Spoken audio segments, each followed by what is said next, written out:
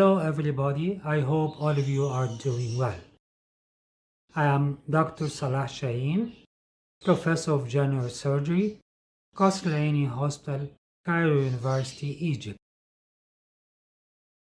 Welcome to my channel, Clinical Surgery Cases for Medical Students who are studying General Surgery, both pre- and postgraduate. In this video series, I'm going to present some common surgery cases in a simple and illustrative way that is easy to recall back. Let us continue Part 1 General, Series 3 about Basic Examination. Today's video is about General Swelling Sheet 131, Episode 2. It's time to start the examination. General examination is an important part in assessment of any swelling. You have to refer to the General Sheet 121 for more details. General examination must cover three important items, namely, number 1, general survey of the patient. You should look for mental state, body build, gait, decubitus, etc. Number 2, the vital signs, including temperature, pulse, blood pressure, and respiratory rate. Number 3 is systematic examination. That means examine the patient from head to toes, excluding the local region, with the objectives of number 1, assessment of the general condition of the patient. Number 2, detection of the general manifestation of the local disease. Number 3, to discover other unrelated or unnoticed pathology that may be more important than the presenting local disease. Examples include the following. If there are similar swelling elsewhere in the body, for example, sebaceous cysts, multiple lipomata, multiple neurofibromatosis, etc. Also look for any systemic effects produced by infection, trauma, or malignancy. In case of suspected malignant growth, a search should be made for secondary deposits elsewhere, for example, neck, axilla, and groins, enlarged lymph nodes, abdomen for enlarged hard and nodular liver, mass due to enlarged abdominal lymph nodes, ascites. Also, chest for pleural effusion or consolidation or metastasis, etc. As regards the local examination, the following general remarks are considered. You have to determine the local area to be examined, how much should be exposed from the patient, the appropriate positioning of the patient, and your position next to the patient, whether standing or sitting.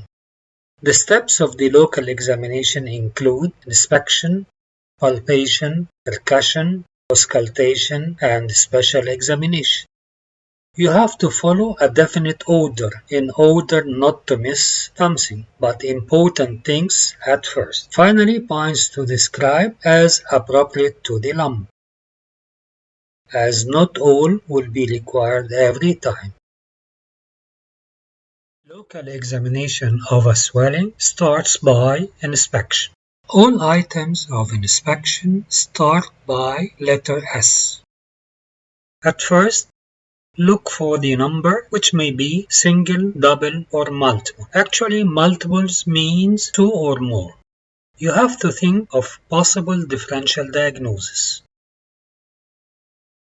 The first diagnosis that comes to mind is lymphadenopathy, characteristically occurring at the anatomical sites of the lymph nodes, for example, the side of the neck, axilla, and groin.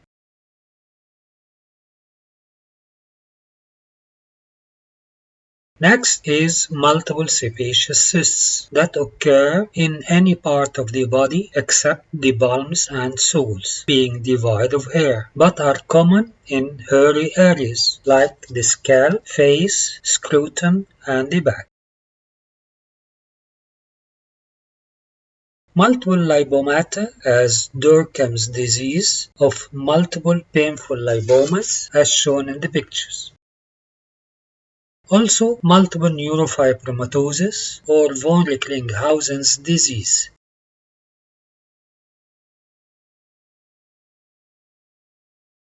And many other multiple swellings. Next S is the site. Location of a swelling must be described in exact anatomical terms. You have to determine is it right or left. This is mandatory in limb and groin swellings. Also medial or lateral, anterior or posterior. Relate to triangles in neck swellings, for example, submandibular sialodenitis in digastric triangle, goiter in muscular triangle, carotid body tumor in carotid triangle, and so on. In abdominal masses, relate to the region or quadrant, for example, paraumbilical hernia in the umbilical region, mass in the right iliac fossa, etc.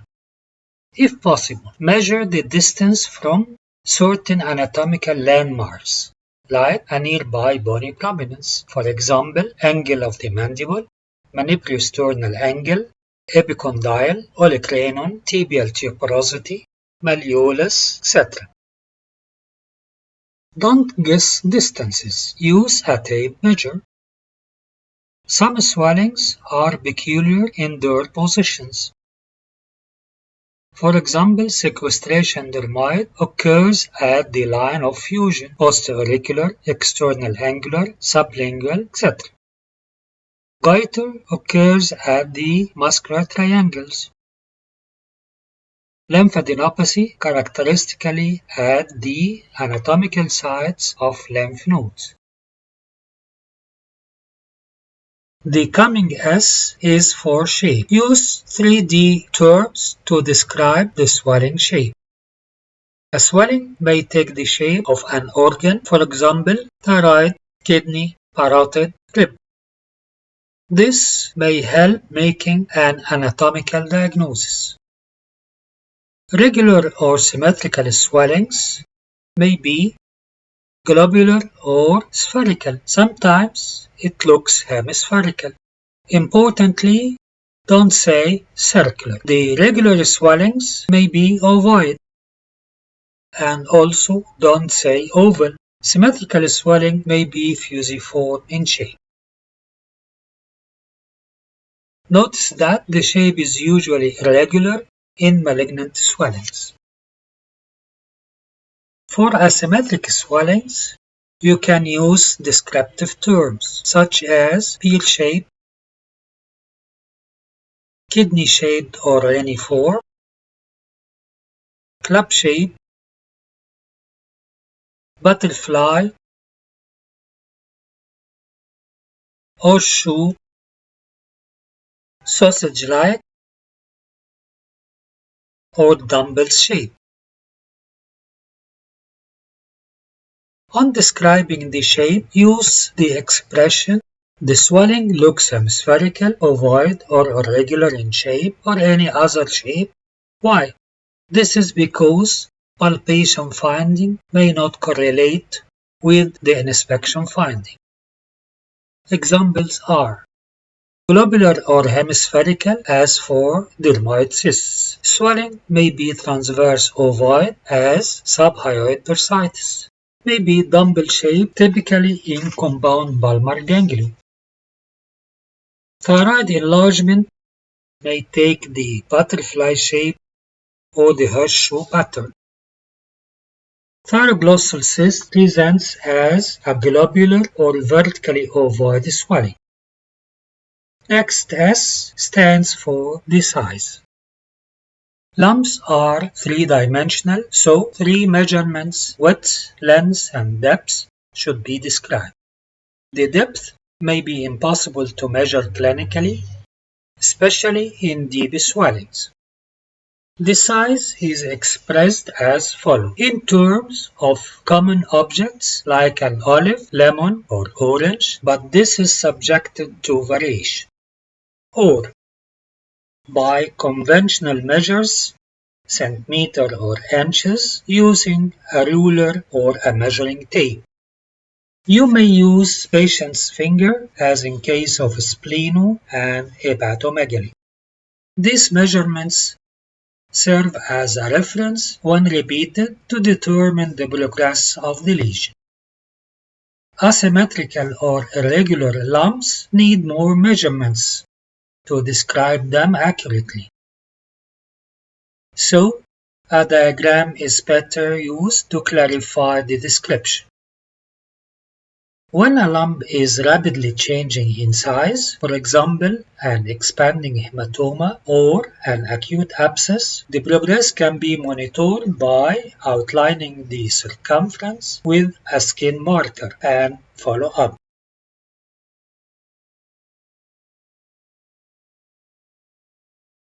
The next S is for the surface. Most of the swellings has smooth, regular surface. But some swellings has uneven surface. The surface is called lobulated or bossy when it shows little number of bumps, like the subcutaneous lipoma, colloid goiter, hydronephrosis, mixed parotid tumor, etc. The term nodular is used to describe knobby surface, such as nodular goiter and lymphadenopathy. The surface is said to be irregular when it is uneven and lacking regular pattern. A special surface is cauliflower, as in squamous cell carcinoma and Wiley 4. Notice that the surface of a swelling lying beneath the deep fascia or in deeper cavities appears smooth, even if it is actually uneven, like the subfascial lipoma. The lump may be colored. In deeply placed lumps, the color can be due to changes in the overlying skin. For further details, check next under overlying skin. Some cutaneous lesions may be colored, for example, bright red as capillary hemangioma, bluish as granular and cavernous hemangioma, brown to black as nevi, purple as port wine stain, black as malignant melanoma, yellow as xanthelasma, and yellowish-brown as dermatofibroma. Then describe the surrounding edges of the swelling. Assess how well demarcated the lump is. If edges of the swelling are well seen all around, it is described as well defined. And if the swelling has indistinct border, as seen in this thigh subfascial lipoma, or even only for a small part, a comment of ill-defined edges is given. Cellulitis and abscess are typically ill-defined lesions.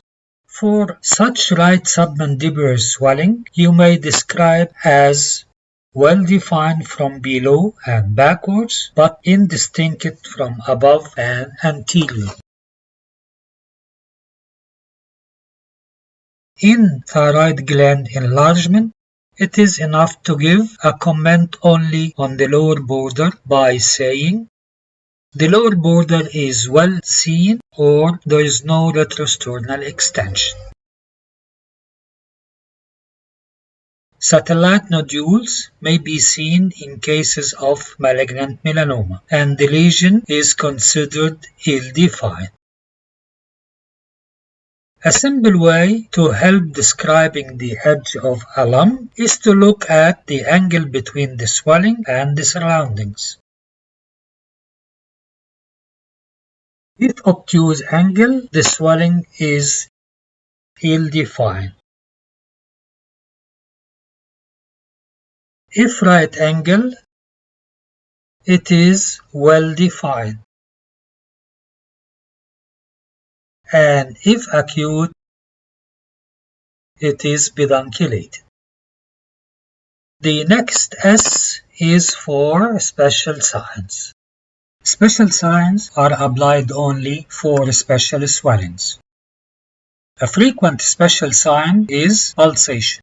For any swelling, check whether is it pulsating or not.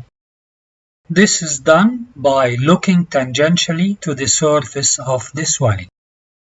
Lumps may pulsate because they are near to an artery and are moved by its pulsations.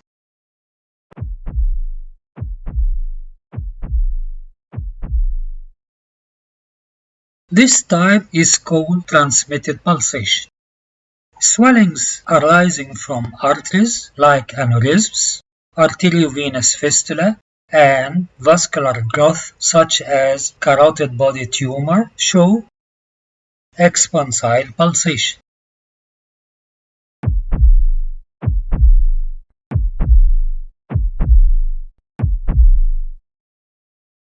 Rapidly growing, highly vascular sarcomas and toxic goiter may be pulsatile. An important sign is both types of pulsations are synchronous with heartbeats and disappear with proximal occlusion of the related artery.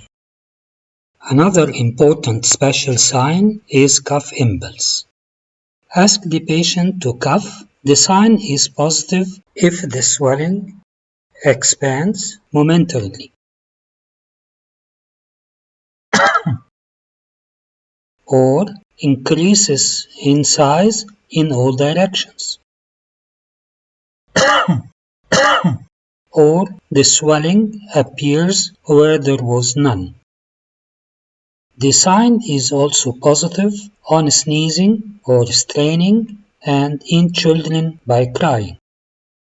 Such expansile cough impulse occurs in any swelling that has a cavity which is connected to a body cavity like an abdominal hernia, meningocele, nematocele, laryngocele, etc. Movement of the swelling without expansion or an increase in size is transmitted and not an expansile cough impulse. Movement on swallowing. Any swelling enclosed within the two layers of the pretracheal fascia moves up in swallowing, such as thyroid gland enlargement,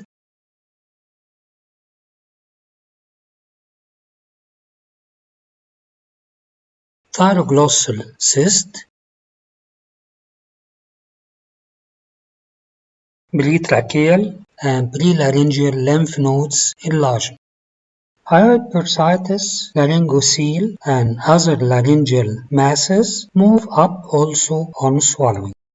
An important sign for diagnosing thyroglossal cyst is movement up on protrusion of the tongue. Movements related to breathing. Upper abdominal organomegaly like splenomegaly, hepatomegaly, gallbladder mass, and any other upper abdominal masses moves down and up on with breathing.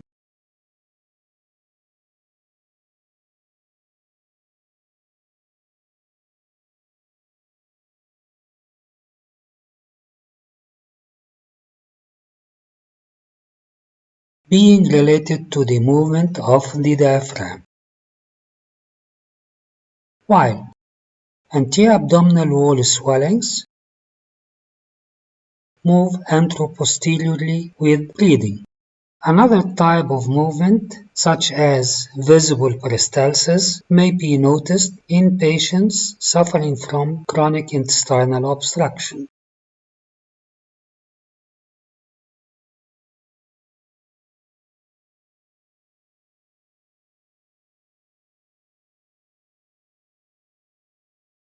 Notice also in this video the characteristic stepladder abdomen.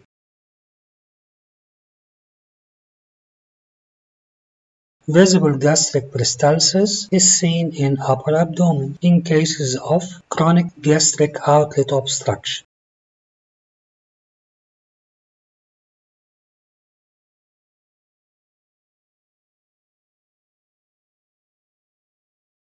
And also in babies with congenital hypertrophic pyloric stenosis.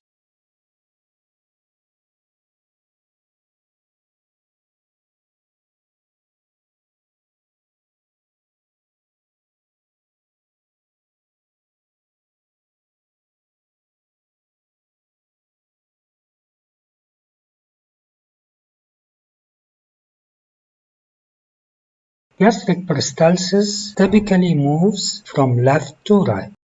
The last S is for inspection of structures nearby to the swelling. The overlying skin may show punctum as in sebaceous cyst, multiple sinuses such as osteomyelitis or TB. Cutaneous lymphatic obstruction results in bold-orange appearance. Redness of the skin usually occurs with acute inflammation. The red skin has ill-defined edges unless it is erysipelas. Remember that pitting edema within the red area over a swelling is diagnostic of underlying pus. Skin over the carbuncle is dusky red with multiple openings exuding beads of pus. Dusky red skin overlying a malignant tumor means skin infiltration. Keep in consideration that redness of the skin may be due to irritation secondary to medicine application or due to hot foment application. Other findings that can be revealed by inspection of the skin include scars, dilated and visible veins, pigmentation, skin ulceration or fungation, skin nodules, etc. Skin may be shiny if stretched over a huge mass. Relation to nearby muscle. The swelling may be either superficial or deep to the muscle. This could be tested by contracting the concerned muscle against resistance. If the swelling becomes more prominent or more well-defined, it lies superficial to the muscle. For example, mixed parotid tumor becomes more prominent on contraction of the masseter muscle by clenching the teeth. When the swelling is completely covered by the muscle, it disappears. Like the intra-abdominal masses disappearing on contraction of the anterior abdominal wall muscles. In case where the swelling is partially covered by the muscle, like a nodular goiter and sternocleidomastoid muscle, the goiter becomes less prominent on contraction of the muscle. There is another scenario when the swelling originates from the muscle itself or not related at all to the concerned muscle. There will be no changes whether the muscle is lax or contracting. Effect on the nearby other structures including neurovascular bundle. The mechanisms of affection of the nearby structures may be infiltration, compression, displacement, or kinking. This results in distal effects like edema, dilated veins, or varicosities due to venous affection, color changes, trophic changes, etc. due to arterial affection, deformities, muscle wasting, etc. due to nervous affection, lymphedema due to lymphatic affection. Also, this may have proximal effect. You have to look for enlarged lesional lymph nodes. Thank you for watching this video. I hope it was simple, clear, and to the point. If you feel such that, please give a big thumbs up and share it with your friends. If you want to watch more such videos, please consider subscribing to my channel. Don't forget to hit the bell so you will be notified whenever I post a new video in my channel. See you next video and good luck.